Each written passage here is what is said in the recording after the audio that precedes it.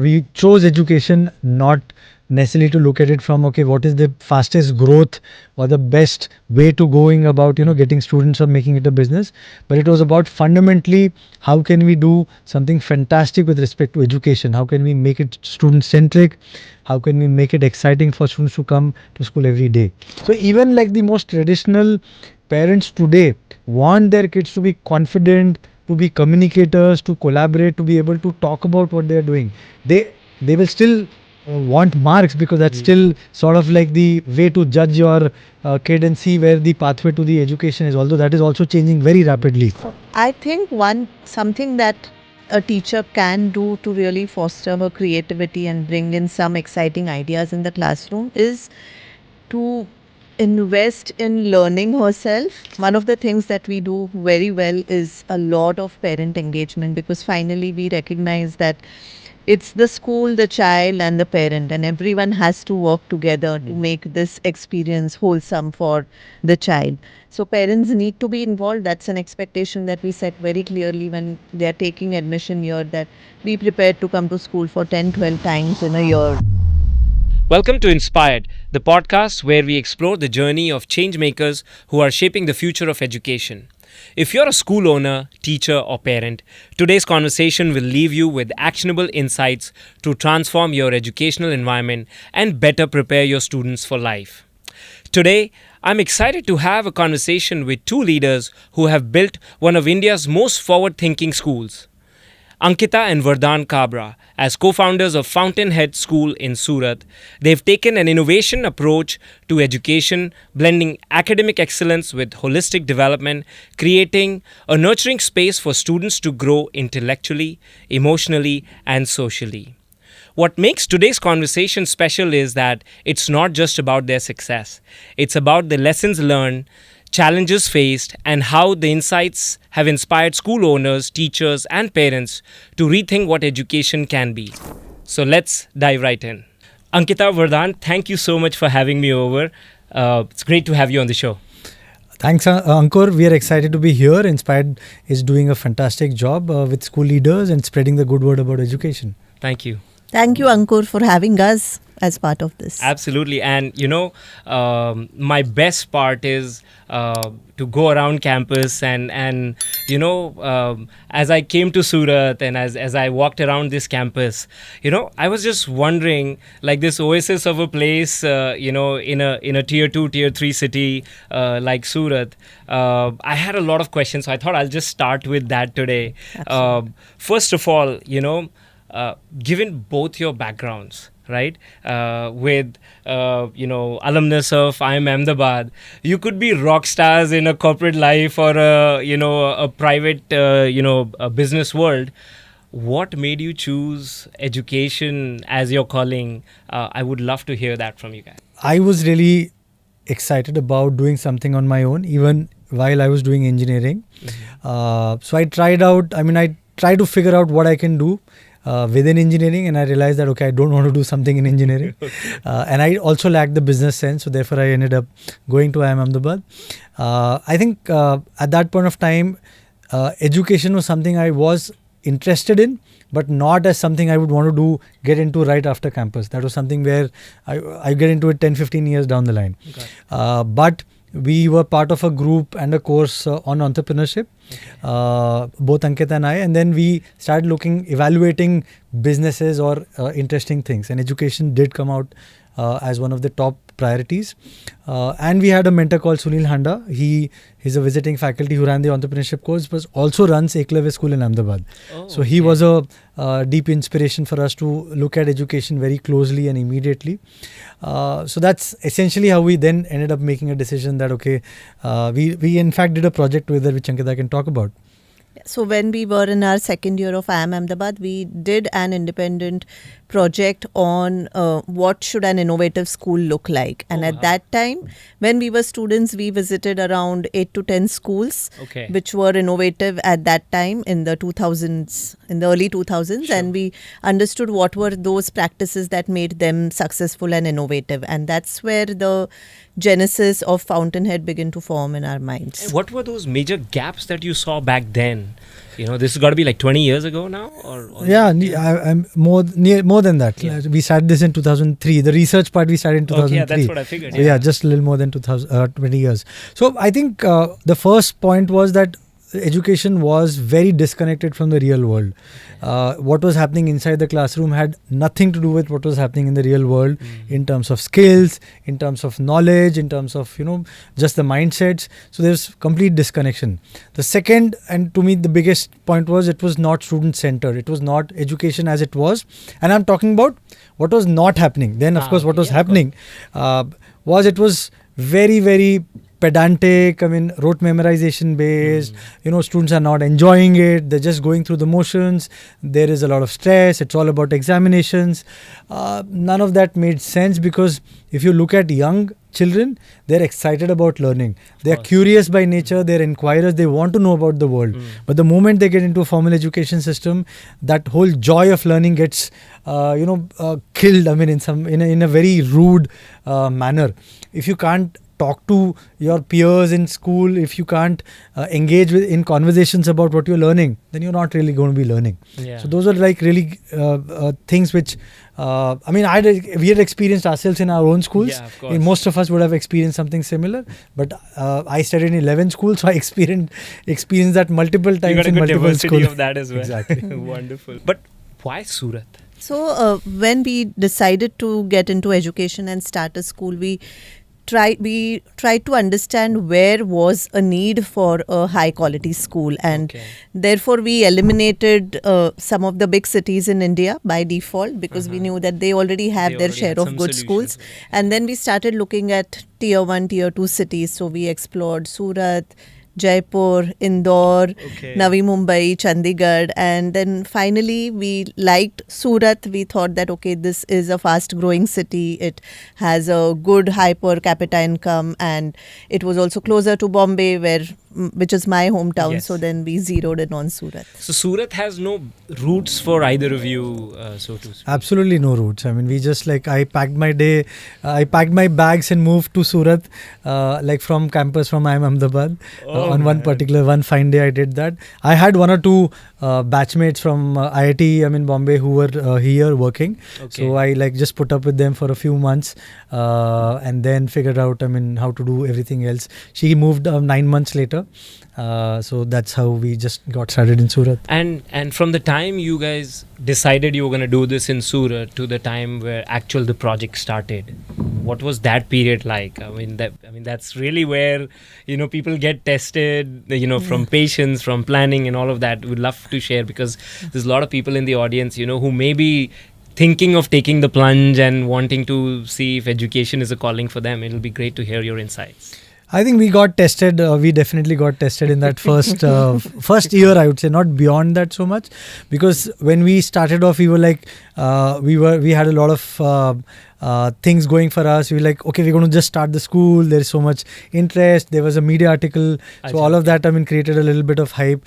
But when we are here, there was ground reality that no one really is interested in giving you land or giving you just the building and go run it. Of course, in fact, there were offers that you could come and run our schools, but we wanted to do it in our way, from the ground up. Yeah, from the ground up. So that's something that was difficult and challenging. But over a period of time, we realized that maybe looking at starting a big school straight out of college is not the way to go about it. We didn't have the land, funding, or deep understanding about education. We had ideas, but not really deep understanding. So then we took that time to evaluate and then decided on a preschool, which then we figured out, that's the right way to go. Okay, so the place where we are today is not where you started. This is basically, this campus came later. Yes. Preschool is where you guys started. Yes. You want to share us a little bit insight on the preschool? So we started with the preschool in April 2005, and we started with 6 students on day 1. Nice. And then slowly, with word of mouth, the word spread and we got more students. And I think at the end of 2 years, we had around 150 or 200 students, which was a pretty good number for someone who was 24, 25 years old and who didn't really know anyone in the city. And that's when we started talking to people. So along the way, people understood the work that we were doing and they really liked what was happening at the preschool. And that's how then this campus came together. And you know what? I hear a lot of educators in different phases of their journey and aspiring educators also. And one of the interesting thing is, people want to do what is new, and today international schools, IB, Cambridge is like the hot. I don't want to use the word buzzword, but everyone's talking about it. True. I mean, I can't imagine 15, 16 years ago, what was the mindset? How did you communicate the value of these curriculums to your target audience? And especially, I mean, like you said, a bigger city, that exposure is already there. But when you're sitting in a place which is not a metro at that time, how did you get that communication out, and what were the questions or challenges you faced talking to parents? I think it was primarily driven by our conviction in what we want to do. As I was saying, that we were driven into education, or we chose education not necessarily to look at it from, okay, what is the fastest growth or the best way to going about, getting students or making it a business. But it was about fundamentally, how can we do something fantastic with respect to education? How can we make it student-centric? How can we make it exciting for students to come to school every day? So with that conviction, when we went in and we communicated that not just through our words, but through our actions within the preschool that we had, and we were able to, of course, communicate well to the parents also. We did a lot of parenting workshops around this to just help them see what is different and what needs to be different.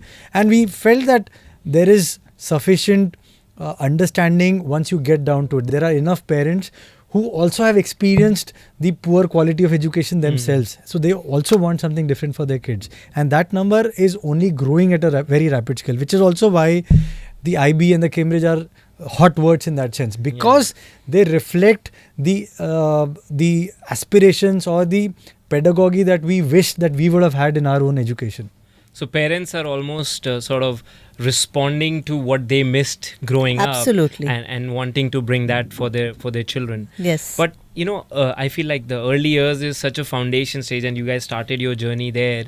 And I feel, and especially even today when, I talk to, friends and people our age group who have kids in that early year, bracket, so to speak, there seems to be a lot of, not lack of clarity on what these curriculums are really about.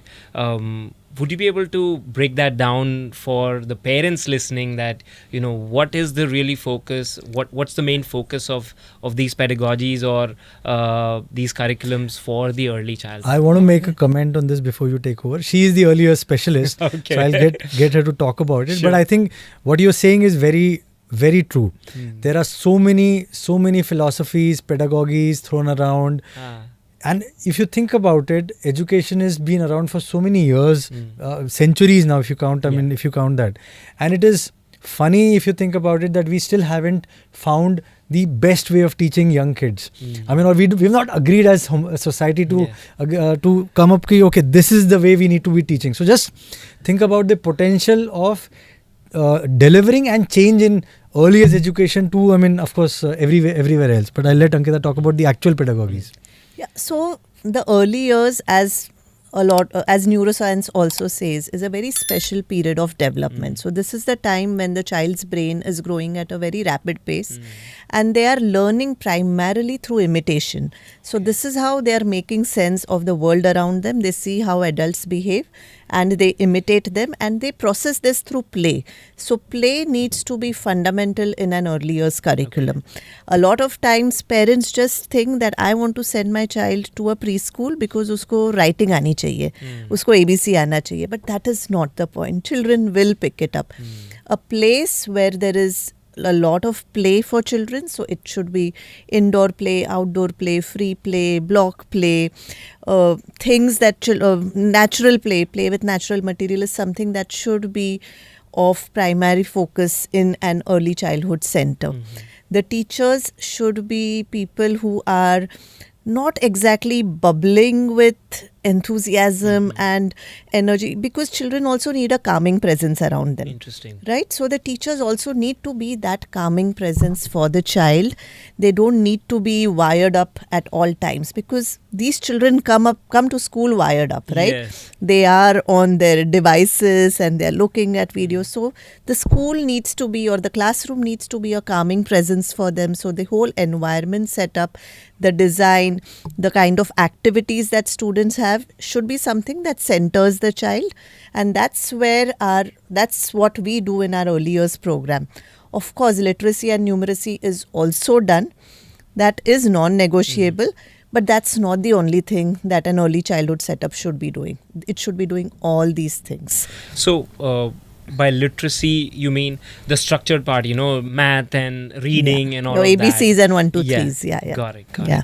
Interesting. Lot of I feel like there's a lot of awareness ki ye karna chahiye and this is what needs to be done, but I think connected the dots from having the mindset and saying ki haan ab karna hai to actually going about doing it, sometimes that gap, although seems small, seems to be worlds apart. Absolutely. How would you recommend aspiring schools to bring about this change in their community or in their environment? That's a great question. So I think the first thing that schools need to do is they need to do their homework properly, because there are so many trends happening in education. So you need to know that, okay, am I just getting onto a trend, or is this something that's going to stand the test of time? Okay. Right? So you need to be clear with that, and then do your work properly, do your homework properly, communicate to your team, get your team to buy it in what you want to do, and then communicate to parents. Parents are going to be open about it if it's communicated in the right manner, and if they see that you're only trying to do the best that you can for the students. And then I think it's also about having that conviction and taking that bold step that this is what we are going to do, and just do it. And do it with quality, do it with fidelity, and then things just fall in place. I would add that don't go in with the assumption that what you're doing is the perfect thing. I mean, as an educationist, and also communicate that explicitly to parents that we are going to try out different things, because as I said earlier, education is not a sorted thing. I mean, we don't know as society, and this is not just India, this is across the world. As a society, we don't know what the best educational models are for various age groups. Across age groups, everything is changing. I mean, the oldest age group needs to change the fastest in some sense with the Gen AI and everything that is going to change the way they work and they live. But the youngest kids also, we have not resolved that problem. So even when we talk to parents, we are very clear that we believe these are things that we are going to try out, but we are also going to be open to changing and moving, from position A to position B as the data tells us. And we've changed many small things, within what we do, not just in early years, but across the ages. So it seems like it's a lot of communication and really breaking it down for the parents that we're going to be a work in progress to some extent. Absolutely. And we're going to be experimentative. Yes. And things will change as Yes. new ideas or new ways of teaching or experiential learning, as they say Absolutely. nowadays, will start coming. How do you, obviously teachers are a big part of what we do at a school. What support you expect from your teachers to implement these changes that we envision as a school owner, but how do your school teachers become partners in that? See, finally, teachers are the foot soldiers. They are the ones who are going to be implementing and executing all these great ideas that we have in our heads. So it's important that the idea or the big picture is communicated to them, and they have some amount of buy-in. And then typically what we always do is that whenever we want to try a new idea, we'll say that, okay, let's try it with one class, let's try it with two classes, let's see how things go, let's get some data. And then when you have that, then it's easier for others to get on board, because they see that, okay, she's doing this in her class and it seems to be working. I want to try it too.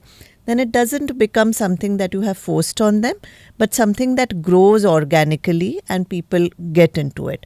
So that's what we do with our teachers. So we start with something as a pilot, start small, track the implementation, try to get data, and then get people on board. And then when we get people on board, we make sure that we've backed it up with adequate training and support, because anything when teachers have to do, it adds to their work list, Of right? course, There is yeah. nothing that's getting subtracted in the process. So support them through the process and make sure that they are comfortable with it. They are not too overwhelmed, and then it kind of becomes part of their DNA, and then they say, "Ha, ye hum log kar rahe." So But at what point, I mean, and now being doing this for 15, 16 years, teachers also become collaborators, and perhaps ideas start to come in from them as well. How often does it happen for you, and do you encourage that environment? And if you do, how do you do that? absolutely, I think especially in this age of social media, Yeah. and when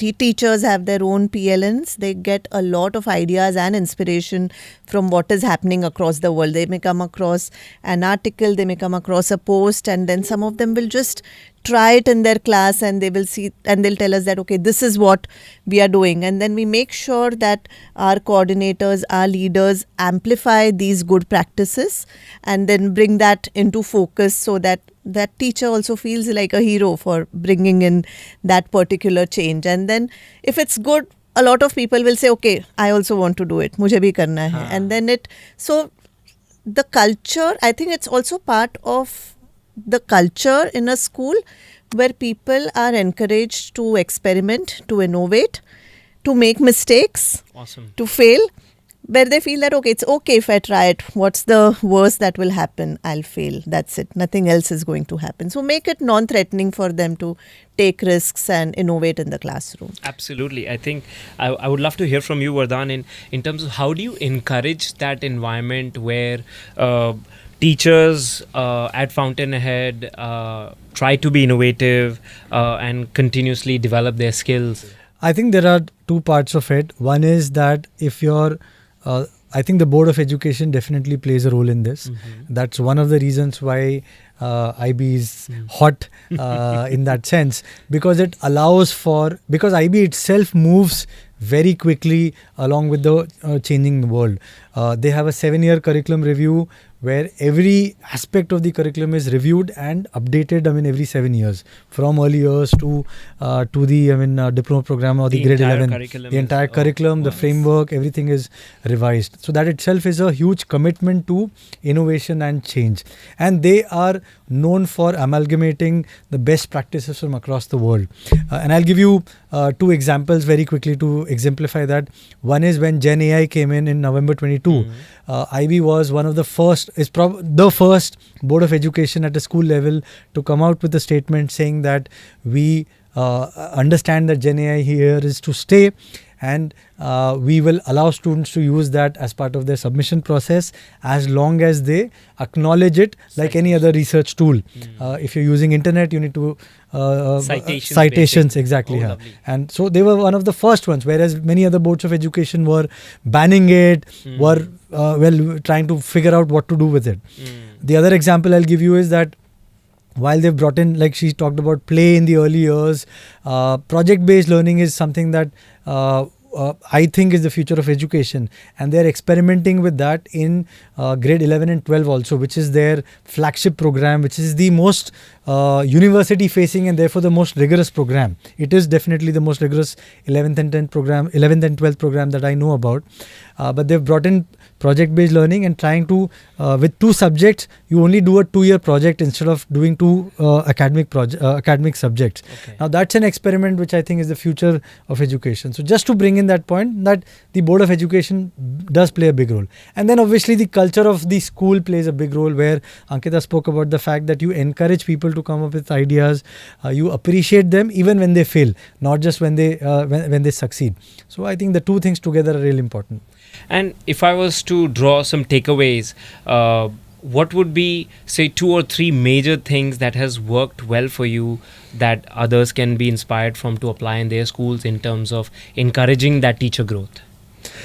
I think one is a lot of effort, a lot of time spent in professional development and personal development within school itself. So this is one of the things that even I would say, even compared to other IB schools, we probably do a lot more.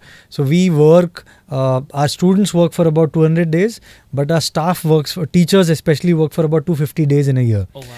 Now that 50 days in the year is about 20 days is exclusively on training.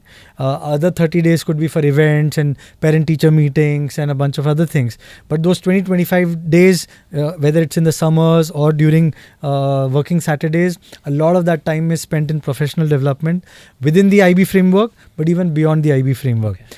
But we also do almost 8 to 9 days of what we call as life classes, where every teacher, there is a fixed curriculum for the first 3-4 years, and then there are optional courses. So it starts with something like 7 habits of highly effective people, but it goes on to learning about emotional intelligence, about critical thinking, about relationships and issues within that. So there is a fixed curriculum. So all teachers go through that. All staff members go through that. Every time they come in, they have to do that. They have to do that over the year and year on year. Okay. So now that is something that we know as a fact, because we also hear it from teachers working with us, but also those who leave us, saying that the biggest things that I learned was these life classes. I learned so much about it. And it's not talking about education at all. It's just about them during those days. So that brings in that culture of learning, which then goes into the classroom and comes back when they say that, okay, we also want to do something new. Interesting. I also think apart from training teachers in school, it's also about the kind of exposure that they get other than school. So we make sure that we send teachers to a lot of conferences, to workshops, to retreats. So that's where visit other schools, to visit other schools. So that's where they connect, they network with other teachers, they exchange ideas, they get a lot of new thoughts, and they just see a different way of working or a different way of functioning, and that kind of brings in new ideas, because see, finally you are limited or you are enhanced by the exposure that you get. So we try to make sure that our teachers also get a lot of exposure through these forums.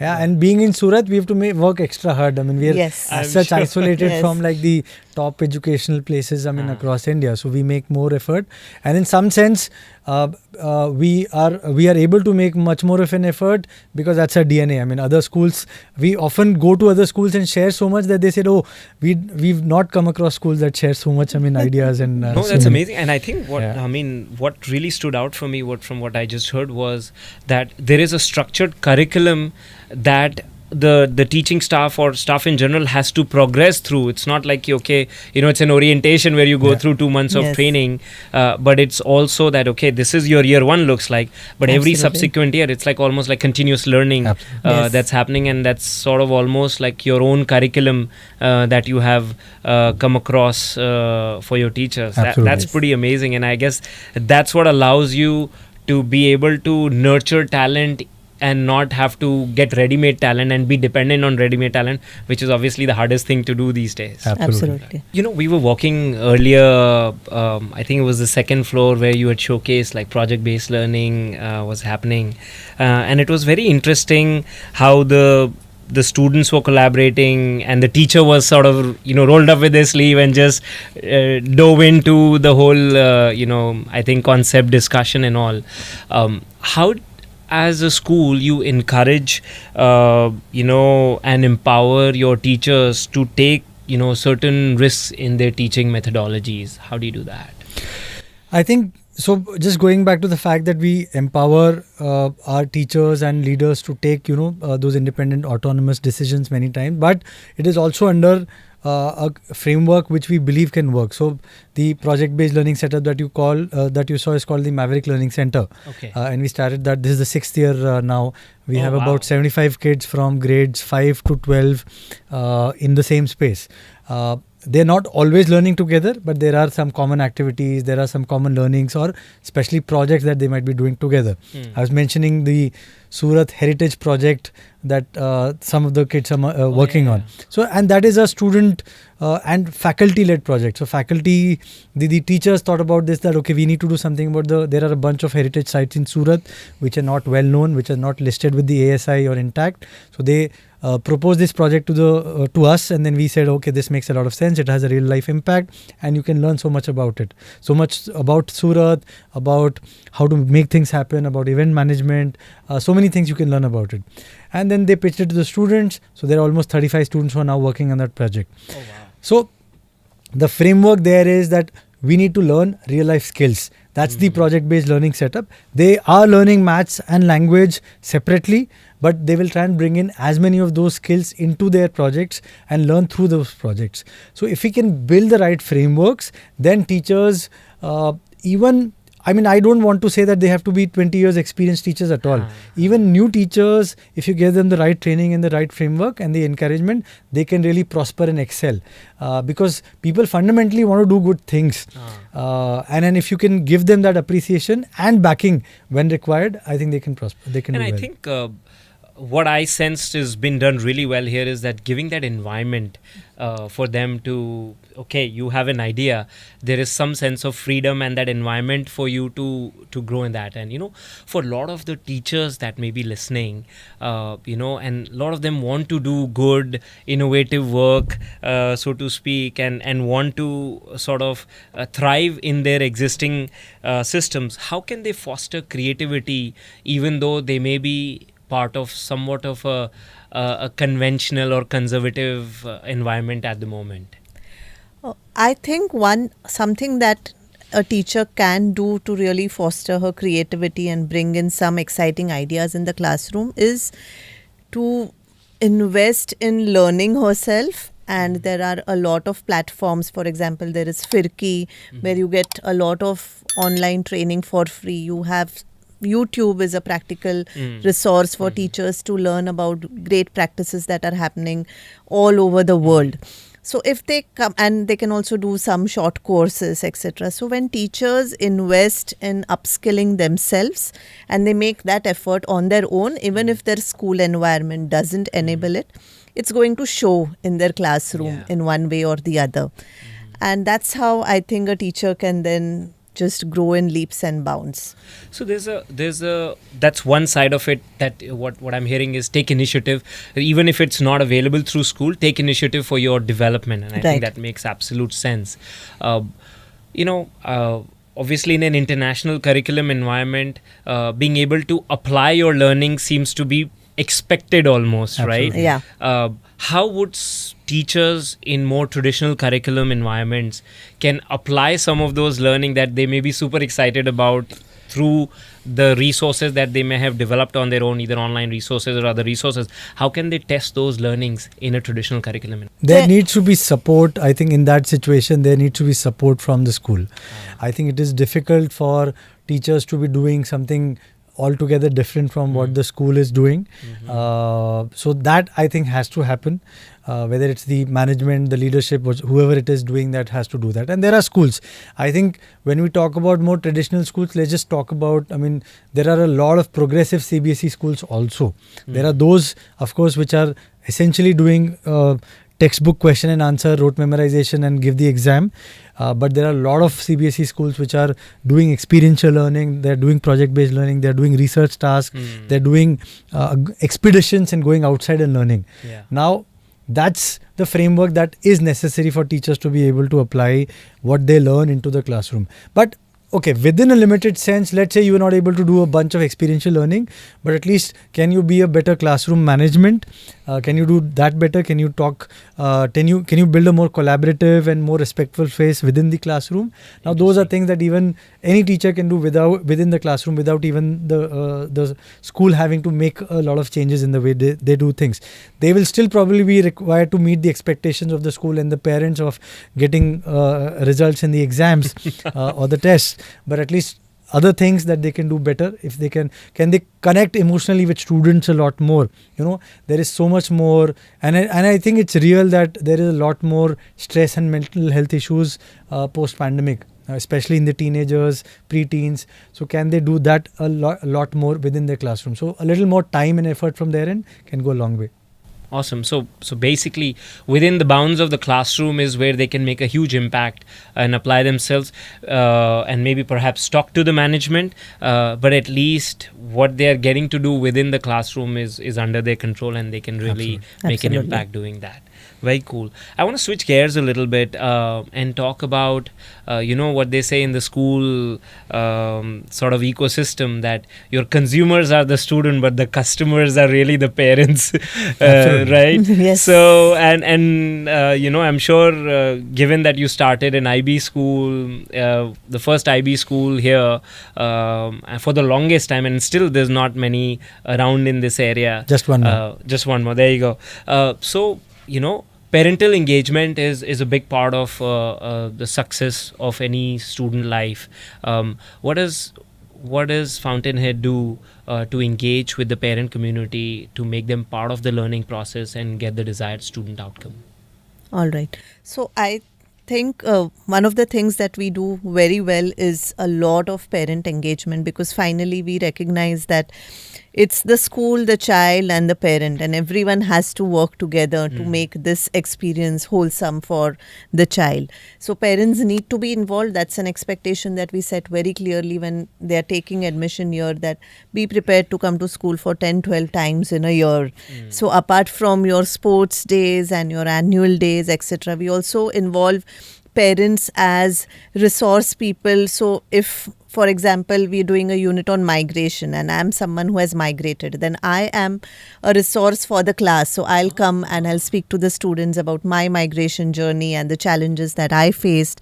Similarly, when it comes to Hindi Divas, we sometimes call grandparents, and then they talk about their stories, and they talk in the Hindi that we don't really listen to much nowadays. More traditional. Yes, even in project-based learning groups. So sometimes a parent is really good at a particular art form or a particular topic, and then they act as mentors for a group of students.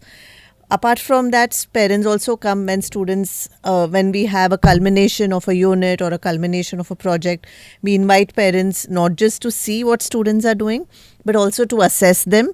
So parents also have a say in in assessing their child in a particular unit, calling them for parent-teacher conferences, of course, but also having book fairs for them, having parenting workshops for them, having expert sessions for them. So educating the parent also alongside. So talking about gender equality, talking about body safety, talking about cyber safety, talking about nutrition, mental health. We do sessions with parents on all these topics too. So that way the parents feel like they are part of the community, and then they get connected, and then they also feel that they have a voice, so they also share their thoughts wherever possible. And I would like to add that this is not just possible in the international curriculum framework. We have done a little work with a CBSE school here, which was a very traditional CBSE school. But the management decided that they want to become more progressive. So we brought in a little bit of project-based learning into their curriculum, experiential learning. And initially, the teachers were like, "Oh no, parents क्या बोलेंगे? आप ये नहीं कराएंगे? आप ये सब क्या करा रहे हैं? कोर्स कब खत्म होगा? कोर्स कब खत्म होगा? No, वो सारे question and answer नहीं होंगे." We said, okay, no problem. You just do this, and you put up the students as a part of an exhibition, as a part of, and get parents to come and see what they're doing. The moment they did that, and the parents came in and saw that their kids were really engaged with the learning, they could talk about it. They're not just like parrots, rote learning and saying that, but they're talking about it conceptually.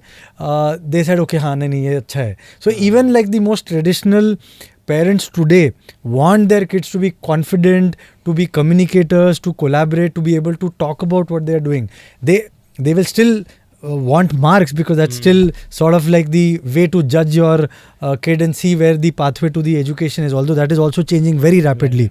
With CUET on the competitive examination, the board marks are no longer important. So the school needs to make what learning is really visible to parents, and learning is not just those question and answers and the basic marks, but the creativity, confidence, collaboration, all of that needs to be made visible, and then parents will appreciate that. That's very interesting. I mean, what I'm hearing is that ultimately it's about getting the parents' buy-in, and what I heard is amazing that parents are actually participating in the learning and sort of expert talk by parents in their areas of expertise, whether it is cultural or Absolutely. whether it is some sort of a specialty skill they have. And we do also this workshop called Education for Tomorrow for every new parent coming in. Okay. So when we do this workshop, it is we actually, and it is part of my book Reimagining Indian Education, where the first chapter I talk about how we do that workshop, and we give parents 2 quizzes, which are like proper quizzes, like from their grade 7, 8, 9, 10, whatever. So they're questions, and they fail miserably at those quizzes. I mean, if I were to ask you that, okay, why does lightning move in a zigzag manner? Now you would say कि हाँ कुछ तो है वो ये है वो है. I mean, you don't know, you don't remember, because you're not supposed to remember, you're not going to remember. Now that brings out that message very clearly to them, that just rote memorization is not learning. There is so much more to learning, and we have all experienced that. When you take any set of parents, by default 80% of them have been below, have not really been the toppers in their class, right? I mean, they've been, so they recognize that just doing learning from textbooks is not what real life is. Real life needs so much more. When you start with that premise, then life is easier. When you say that, okay, now we're going to do a lot of experiential learning, we're going to do hands-on, they're going to talk, they're going to not just copy from from notebook and put your answers, then there is openness more. So you need to have that strong conviction and communication at the time of admission itself, so you know what your parent is getting into at that point. Is there a way to measure the impact of parents' contribution to learning? I mean, because I feel like everything that you're able to measure, you're able to improve, and you're able to get in more buyout on that. I mean, is there a way? I mean, if you just approach it as a research question, then it's just one data point that there are so many things that impact a child's learning, right? So parent involvement does positively impact the child's learning. I don't have data to back it up, but I have anecdotal. Anecdotally, I will have sufficient evidence to see that parents, and especially fathers who are invested, and I mean both parents, not just my mothers are typically invested more than the father. By default, but when both parents are invested, then definitely it leads to better learning outcomes, better sense of self, better self-esteem for the child. So these things do play a role. No data to back it up again, I say, but anecdotally, yes, parental involvement does go along. I think it would be interesting to do some sort of research on this. So I would agree with the hypothesis, but I think it would be good to formally back it up with not just involvement, but also their attitudes. Because their parenting and their attitude towards education, towards their kid also matters. If you are always the stressed out sort of parent, where you always feel your kid is not doing enough, even when they're doing enough in terms of achievement, in terms of efforts, then you're always going to have a negative relationship with your kids, and that's going to hamper the kid in a big way, either in the short term or definitely in the long term. I feel like, like we said, there are 3 major stakeholders in the education journey: the teacher, the child, and the parent. And I feel like parent is one stakeholder which is absolutely neglected, because teacher is obviously, there's a lot of talk about teacher development, teacher growth, how to get them to be better, this thing. Students have all these options of learnings and different things coming their way. I feel parents, I'm speaking as a parent as well, that so I see my wife as well, that we feel lost about, like, how do we educate our child, and what is the right thing expected of us, what we should be doing, and most importantly, what we should not be doing. Absolutely. Any specific advice that you can give to the parents out there, or of the do's and the not do's of that I think is a book and a podcast in itself. Just maybe 2-3 pointers. But I think one thing that I would say, even as parents, we follow, and we as a school also, we communicate that to all our parents, is that let's not get stressed out about marks in a very narrow manner. That's the first thing I would strongly tell everyone. We can take hundreds and hundreds of examples of people who are successful not because they got good marks in school, but because they had other abilities which were typically built outside of the classroom and the school. And we will have a lot more examples of that by default. The average kid is probably likely to be more successful than the topper in some ways in real life. So if we can accept that wholly, so much of the stress goes away from, oh यार क्या हुआ इस homework का, क्या हुआ इसमें mark क्यों नहीं आए, बाकी उसके तो इनके आए, अब आपका क्या हुआ, you know, that sort of thing. Your relationship becomes so much more positive. Otherwise, so much of the conversation at home is homework नहीं हुआ, marks नहीं आए, आपको ये डांट पड़ रही है, आपको ये पड़ रहा है. I can resonate so much with this. Yeah, so as an educationist, I really want to tell parents, take a chill pill. आपने कोई बहुत तीर नहीं I mean you know And you seem to be फोड़े doing थे. quite well. And you're doing all right. You're doing all right. So don't get so stressed about it. Yes, the world is more competitive today. We are not denying that point. But I think it is also that there is so much more access to learning beyond the classroom today, and that is far more important. Everyone today will recognize which are the most important skills to succeed in life, and there are those 21st centuries which are pretty much standard. It is creativity, it is collaboration, it is vision, it is ability to persist. You talked about problem solving. All of these are the really important things today. Information is available at the tip of your fingers today, right? I mean, you don't need to work too hard to do that.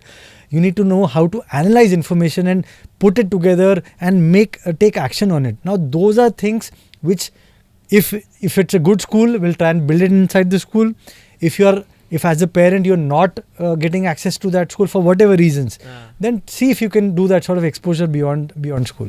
Yeah, I think it's almost like, and it seems like you're already doing as part of your orientation for the parents is that, and maybe more schools should be inspired to do that, is really have a curriculum for the parents also of, you know, this is what you need to be doing, because I think parents struggle to find the right balance between, okay, we want to be training our children for the competitive world, but at the same time not make it stressful enough so that the joy of learning goes away. I mean, just to talk about that example, in Surat we see that lesser, but I'm reasonably sure that across cities in India, so many parents at the entry level of nursery are asking, वो JEE NEET कर पाएगा कि नहीं कर पाएगा? आपका is your school preparing them for JEE NEET? अरे, that is not going to solve your life. I mean, first, it is 15 years away. Second, I mean, out of 12 lakh to 20 lakh students giving that JEE and NEET, I mean, what percentage of students are making it through? Are those the only routes to success in life? Now, if those questions, if all your life you're driven by that end goalpost, you've actually failed as a parent to prepare the child for real life, because real life is not a competitive examination.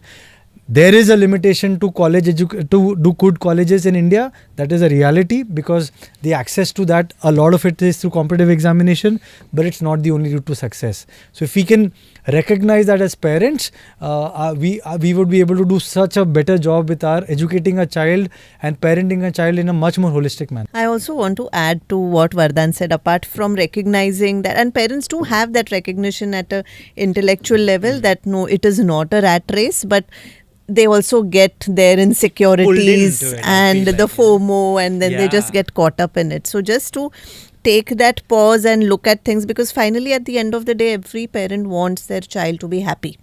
And they have to make sure that they are creating that enabling environment where the parent is not constantly nagging or constantly fueling that child's sense of insecurity or inadequacy by telling तुमने ये नहीं किया, तुमने वो नहीं किया, देखो तुमको कितने marks आए या नहीं आए.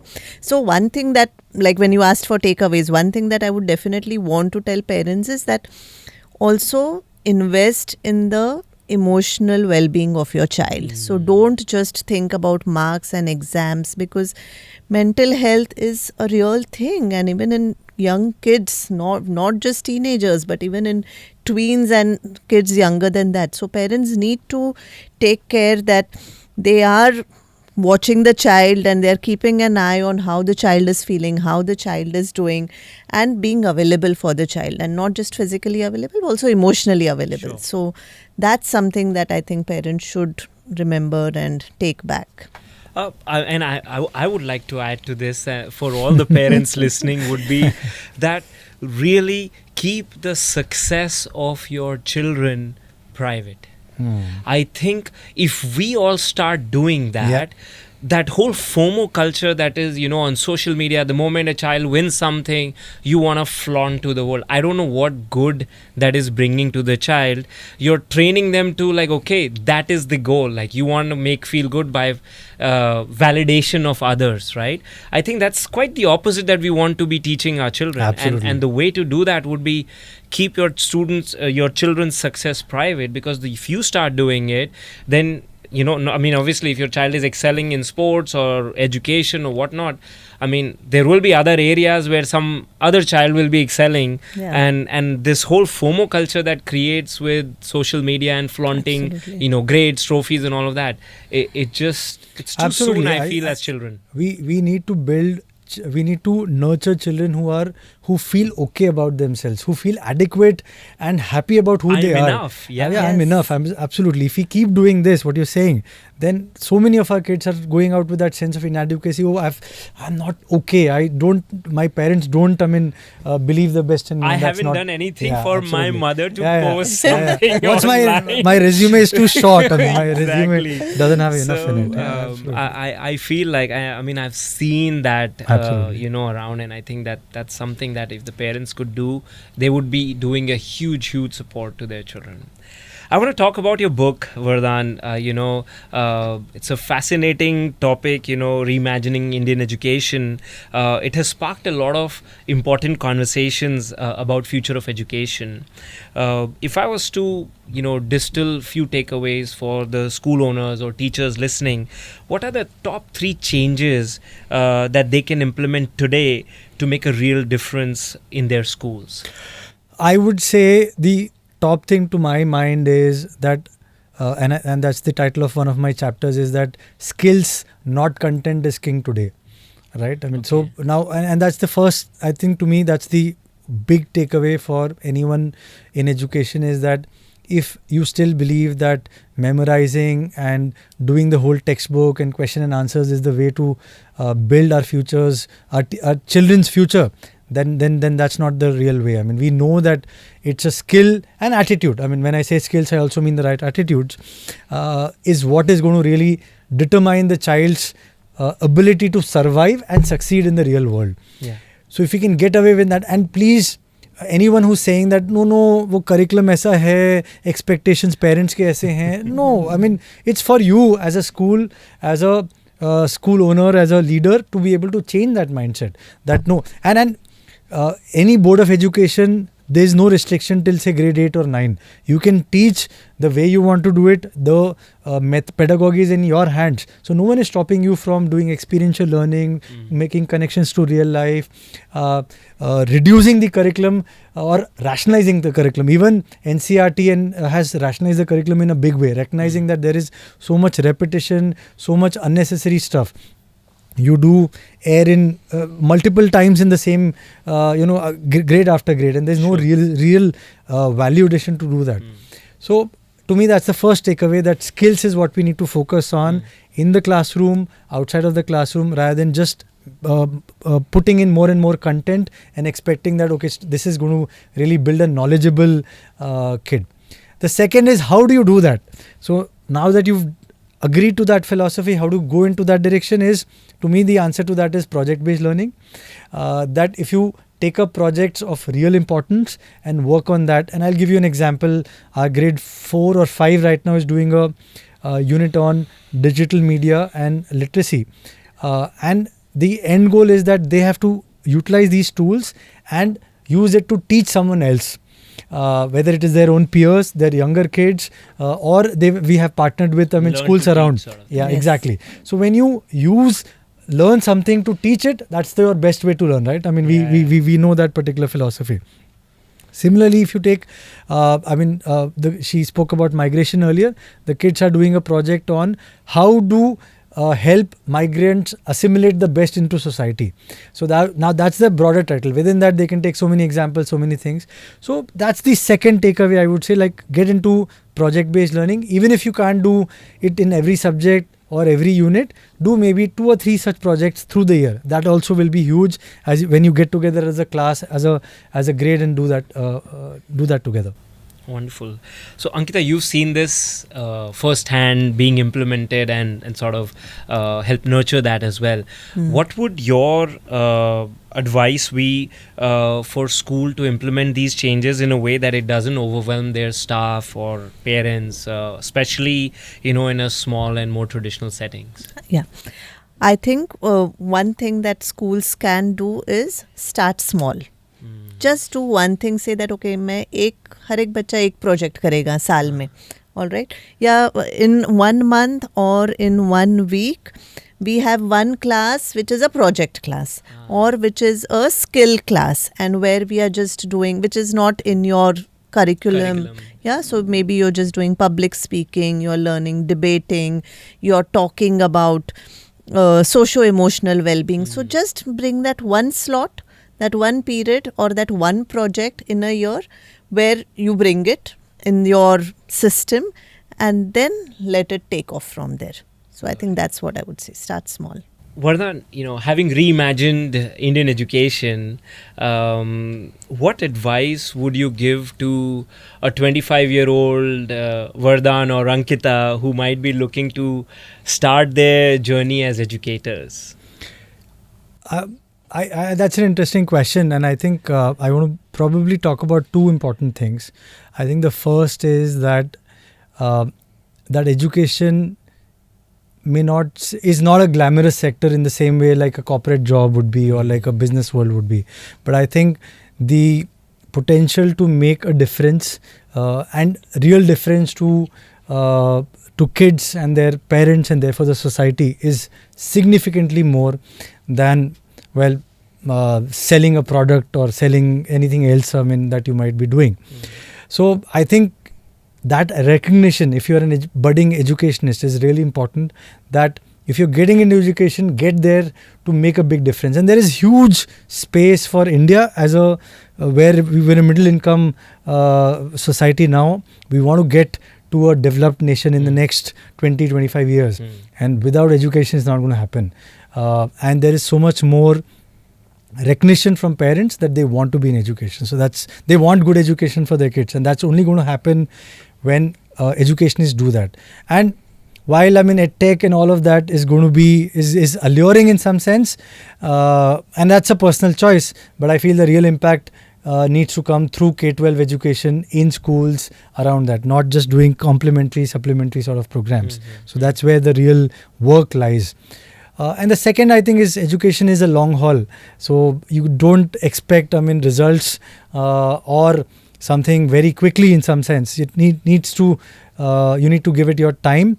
You need to dig really deep, learn about so much happening around education. Like you just talking to you today, we learnt about something very interesting happening in Bangalore with the Ekya schools that you're talking about. There is so much that is happening, and that's exciting. That's exciting. It's also overwhelming in some sense, but it's also exciting. So those are 2 things I would advise. So what I'm really hearing is that you want to be in the long game. As an educator, and you're essentially, your why is to be more centered around fulfillment of making a differure. Absolutely. Is that right? Absolutely. Yeah. Go ahead. No, go ahead. I think you have the question. Obviously that element is the feel good part of it, and certainly the central driver has to be there. But it is a real investment of time and a lot of resource. Look at this amazing infrastructure here. It's not just come with goodwill, right? There is real money that has been invested, and some of that requires some returns. Do you envision for the educators in the future to have viable financial returns as well? I would think so, yes. I think it is the recognition that education cannot remain inexpensive or cheap. In the same way it has been maybe 20 years, 25 years back, is already there for a large set of parents. And education is probably where any middle income family spends the most in terms of percentage. I mean, maybe after rent or something like that. So the recognition is there now. People are willing to spend money.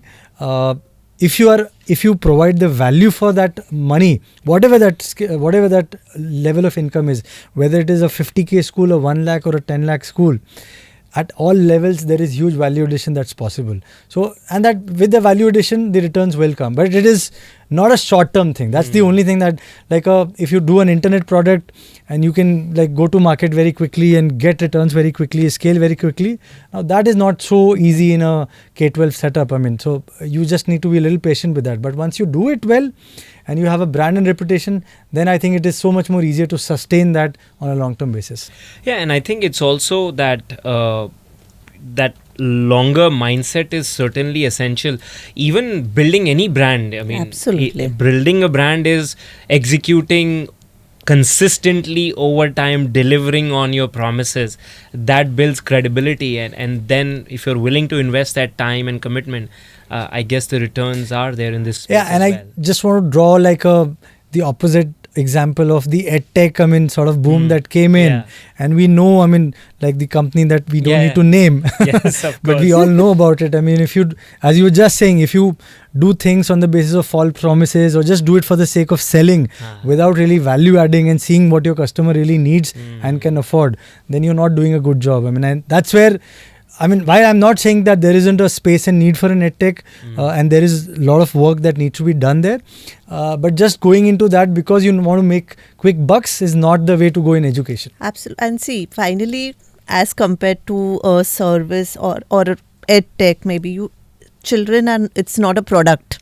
Right? It's a process, and that's going to build over years, and you'll be able to see the cumulative effect of a good education only after a period of time. So what you said, long run, knowing that good things take time, so be patient, trust the process and keep doing your work, and you'll know that you will get that success and that credibility if you have stuck to your promise and delivered what you are committed to. And in fact, it's a process of nurturing for, say, 12 to 15 years. Absolutely. That's when your true, call it product for lack of a better word, that comes out. Absolutely. And what they say is then your product speaks for itself. Absolutely. You know, the success, Absolutely. the journeys that you create. Yeah. I guess that has got to be the most rewarding part of it. And that seems to be the driver and fuel for most educators to start with. But it seems like now, as we are progressing in mindset, you know, even the financial returns will follow. And I feel even parents as a community, you know, we need to be better at not thinking of it as a taboo. Why should your school not be making money? Absolutely. Right? Because, I mean, think of everything else you're spending money on for your family and for your child. The hotels that you're going, the vacations you're going on, you know, everything costs money, and those companies are all making money. All No, those and just experiences you're within expunging education in. itself, the edtech and the whole coaching industry is all making money, right? I mean, they are the ones getting listed, or I mean, going in getting the huge fundings. Fundings and all of that. So why shouldn't it be the case for schools as well? Absolutely, you're And think absolutely of the amount of hours spent in school. As That's where compared the to- maximum absolutely. ROI. I think it's not so much to educators, it's more for the parents listening. absolutely. Because I think, I mean, obviously, balance has to be there in everything, Yeah. right? And like we are saying, value has to be there. आप हर चीज करी तो you know, whenever you're making any sort of a purchase decision, you're evaluating value. Even Absolutely. when you're buying luxury, you're evaluating some level of Intangible response to value, it. So if you're sending to your child to a certain type of school and expecting them to have a certain size type of deliveries, then you're gonna be okay paying for that. I mean, we've got Absolutely. an influx of a lot of international schools coming to Yes. India now. I mean, you know, what it costs to go to a school like that is incredibly Yeah. higher compared to an average school in Yeah. those cities. And they're not only here for goodwill, right? I mean, Yeah, they yeah. are here Yeah. I mean, as a business as well. So I mean, that needs to be Absolutely. And recognized. they're delivering on Yeah, some of those absolutely. values, Absolutely. and ultimately it's those parents are finding those values. That's the call they in- make. That's a call they have to make. Exactly. Yeah. You mentioned about technology playing a role, and technology is playing a bigger role in education than ever before.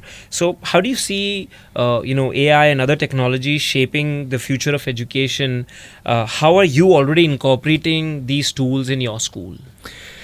I think technology can be disruptive, but it's not yet there. That's the first comment I would make in that interesting. sense. While, I mean, I'm talking about from a majority of schools. I'm not talking about our school or like, the progressive schools in general. While people are using technology, but very limited ways. The only thing that you have is a smart board where you can show things. Graphics. And That's not 3D technology rendering usage. and all Yeah, that, that's not technology. I mean, you need to give technology in the hands of the students. They need to play around with it. They need to learn it. That's when it will become effective as a tool for them in the future. And it needs to become part of their learning process, whether it is mathematics or English or science or whatever else that they're learning. And then run projects. I mean, like this generation is all about like social media and content creation, right? So where are those opportunities for them, students, to do that meaningfully within their academics of content creation? With this, what we're doing now, right? So it is not as disruptive because mostly boards of education don't know how to incorporate them. Also because there is disparity of in terms of the Access. kind of schools, the access that kids have to technology. There is a cost with devices and the internet and everything else that goes along with it. So not every school kid has access to it. That needs to be democratized for sure. Okay. If that can happen, then boards of education need to bring that into day-to-day classroom. It needs to become part of their assessment practices, in their teaching, everything. That is when we will really make best use of it. And the moment we recognize that Google for many years now and Gen AI now has solved information needs. I mean, stop doing rote memorization and question and answer. I mean, that is so 50 years old now. What's the point of trying to do that and saying that is education? That is not education. That is not what our kids need today. So it needs to be a lot more disruptive than it is today in reality. Yeah, knowing facts and figures is not Yeah, important you don't and not need it, relevant yeah. anymore. You could get that just by asking. I mean, you ask Siri and Siri will Yes. find facts for you that way. It's that simple as that. And now generative AI will make reports for you. Forget, just getting Analyze basic report, answers. that's even It'll bigger, analyze report, do data analysis, do everything. Now what are you going to do with it? Yeah. That's what we need to be teaching our kids, that these are the tools that you have. How do you use it to solve real problems? So 2-3 things. So when we talk about technology, so once students have a device in their hand and with the help of AI tutors or just apps, there is a lot of learning that students can do on their own. So I'm envisioning a future where it kind of takes pressure away from the teacher, where she needs to know it all. Yeah, so she can then just focus on ensuring that all children are doing what they need to do at that particular time. So you may be doing fractions and you may be doing percentages and I may still be learning how to add and subtract, and we can all be in the same class. See, right now also all these students are there in the same class, but the teacher is just one and she can only just teach one thing. So I think technology can solve for that in a big way. So that's something that I'm looking at. This will also reimagine the role of the teacher in the classroom. So apart from being a facilitator of learning, it's also about the kind of mentorship and the kind of connection that she can have with the students and build the classroom community. So that's something that a teacher will focus on. And then in terms of skills, because Google is giving you all the answers, Google is making reports for you. How do you analyze? How do you interpret? How do you infer? How do you synthesize this information and then make use of it? I think that's where the teaching will move. So apart, like right now we have higher order thinking skills, but I think we will need higher order plus humane thinking skills. So that's how the thinking progression will also evolve, is how I'm seeing technology. Anyone who says that, teachers will be replaced by AI, that's really doesn't understand kids. Yes, of course. There is some aspects of teaching which will become, more internet or AI driven, like the basic hardcore skills, but the connections, motivation, understanding, all of that requires human interactions. And for that, the teacher is going to remain really important. important. I think what Ankita just said was sort of resonated with me, that imagining a classroom where the teacher doesn't have to be the know-it-all, but more of a collaborator, Absolutely. and perhaps even learning. I mean, in college, B-school campuses, you know, the learning Your is 360 problem solver. degrees. Yeah, absolutely. Where the absolutely. professor is learning along Yeah. the experience of the students in the classroom, and I think that could trickle down to the students, given AI is the one who sort of binds everyone together on a certain topic. Absolutely. I think that could be a pretty powerful thing. But do you think there are some ethical considerations when integrating technology in classrooms that needs to be careful? No, absolutely there are. I think there is no doubt that, I mean, it's like, I think Professor Ravi Chandran uses this phrase. He's done a lot of cybersecurity workshops. He uses this phrase that, I mean, the internet is like a strange city. You're not going to send your kids out without any Rules or Chaperone. rules or regulations chaperone into a strange city. Yeah. Similarly, the internet, or I mean the whole technology That's a great gamut, I analogy, mean, you actually, can't yeah. just do that. You have to have a lot of guidance. You have to have checks so that they don't, I mean, wander into, I mean, things that they're not, which is not age appropriate. Yes. So all of those things are necessary, and the time and usage is a challenge. I mean, that's a challenge. See, and now this particular aspect is a challenge whether your school uses technology inside the class or not, because at home most kids have access to Screen time you're devices. talking about, Absolutely. Yes, yes. So the that's here to stay. So therefore we will have to solve that problem together as a society, and we've not got there as yet. I mean, neither as us as parents or as a school we've got there, but society together will have to really work hard to, I mean, solve that problem together. So here's a question. You know, I was speaking to someone last week, and they are into online schools, right? And I mean, the obvious question we ask about is human interaction, all of that collaboration and all. But I led with the most obvious, and I was like, okay, how are your kids dealing with screen time? And there was a very interesting take I want to share with you, and I want to hear what you guys think about that. They said, boss, listen, we have optimized the screen time. Right, right now the child has in a physical school world, the child is excited to go to screen time. Right. What we have done is we've optimized the screen time for learning environment and all of that. So by the time they are done with that online school, they don't want to look at the screen anymore. Yeah. So that was a very interesting perspective I got. I mean, I don't know, what do you guys think of that? Is that something I think that's a great way of looking at it. And I was also going to add to the previous question that when you have a lot of screen time, you have to make sure that there is a balance. Yeah. So what you are talking about, so if I've done 2-3 hours of screen time and I feel like I'm done for the day, and then there should be a conscious design that then I am learning art, or I'm learning a sport, and I'm doing something physical with my hands and my legs, so that I'm engaging myself in a different dimension than what I was doing on the screen. So that needs to be part of the design when you're optimizing for screen time, is what my comment would be. Yeah, and I think it's also important to differentiate between passive screen time and active screen time. I think when you are the learning that you're talking about as a online schooling, there's a lot of active learning. You're engaging, you're talking to your peers, your teachers, you're doing something. Passive is where the real problem is, right? When you're just receiving cartoons or social media, and you're not really utilizing your brain to do anything, you're not active about it. That's where the real issue is, right? So that's the one that needs to be regulated. So it's almost like good fat, bad fat. Like In some active sense. screen In time some is sense. like Yeah. good fat, In some and, sense. and In some passive sense. one is where there is. Yeah, but that Apart from the dopamine physical hit, eyes, strain apart from of the it, eye strain, I mean, that is of course true for everything. But You're other talking than that- psychologically. Yes, basically. psychologically. Yeah, Yes. but the dopamine hit and the shorter attention span is real. Okay. So that's something that needs to be solved for, because that's something that needs to be solved for when it everyone. comes It's to not just technology. kids, that's for also for adults everyone. as well. adults Yeah, also. for adults I mean, you also, can yeah. imagine, you know. Yeah. Yeah, just Yeah, down the rabbit hole. It's like an hour Yeah, gone. down the rabbit hole. I mean, Yeah, exactly. So how do you balance the use of tech Yeah. with maintaining that human connection in learning?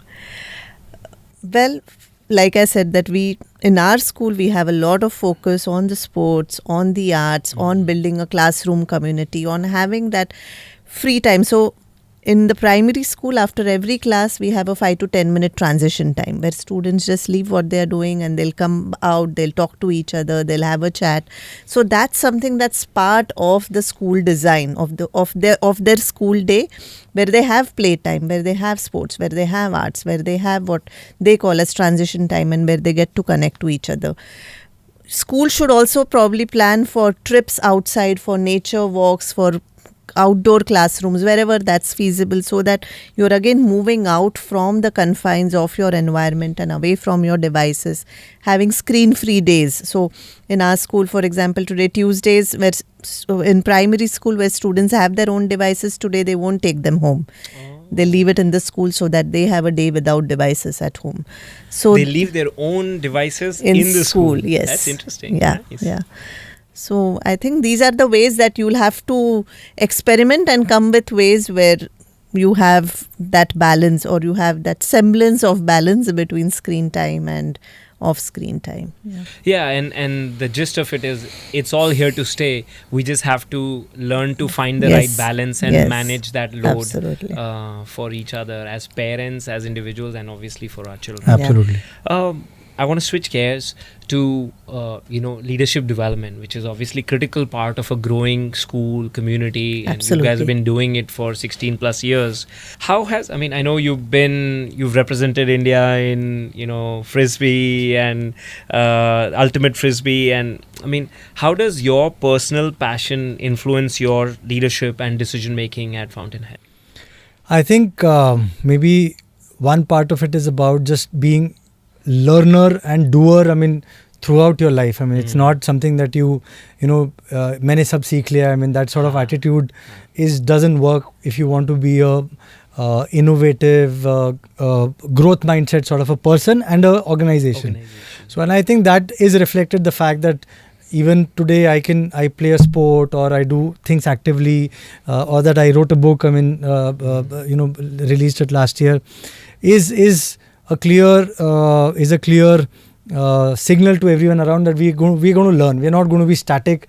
We're going to keep learning, and that's something that all our leaders have accepted. At first not willingly, and now they're willing. They're willing partners in the whole innovation growth cycle.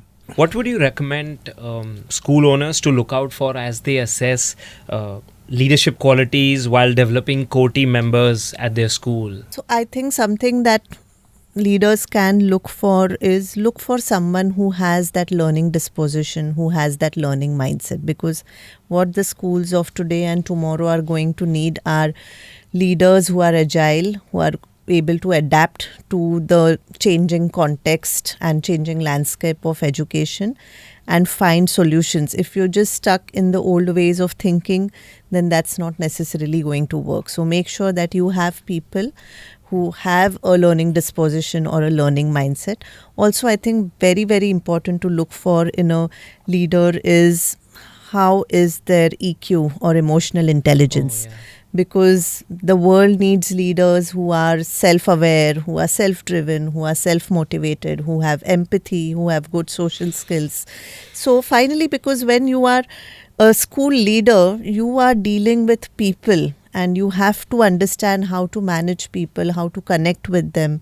So I think EQ is also a super important skill that school owners should look for when they are looking at leaders. Not just technical skills, but look at people who are really very strong on their EQ.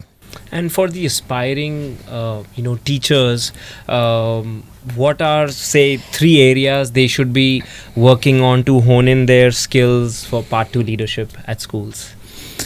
I think the first one is what Ankita said. I think emotional intelligence, self-awareness, is really, really important. If you want to get into a leadership role, you need to be able to understand people, understand yourself, your own motivations, and then be able to guide others to meet their ambitions. That's the first thing I would say.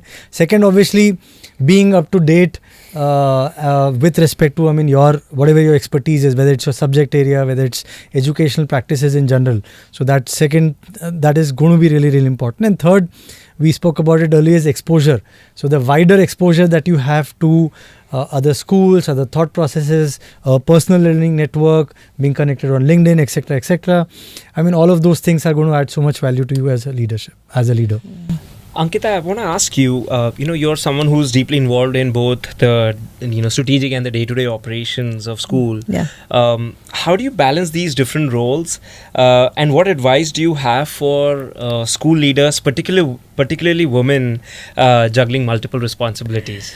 I sometimes wonder why only women get this question. It is the harder task. I mean, Yeah, but yeah, that's how it is. Yeah, so I think I would say, one, when it comes to the balance part, make sure that you look after yourself. I know I made that mistake in the past and I'm like trying to correct it, but make sure that you prioritize yourself, because only if you are in a good condition, you are able to take care of all your responsibilities. So that's something that I would especially tell women leaders.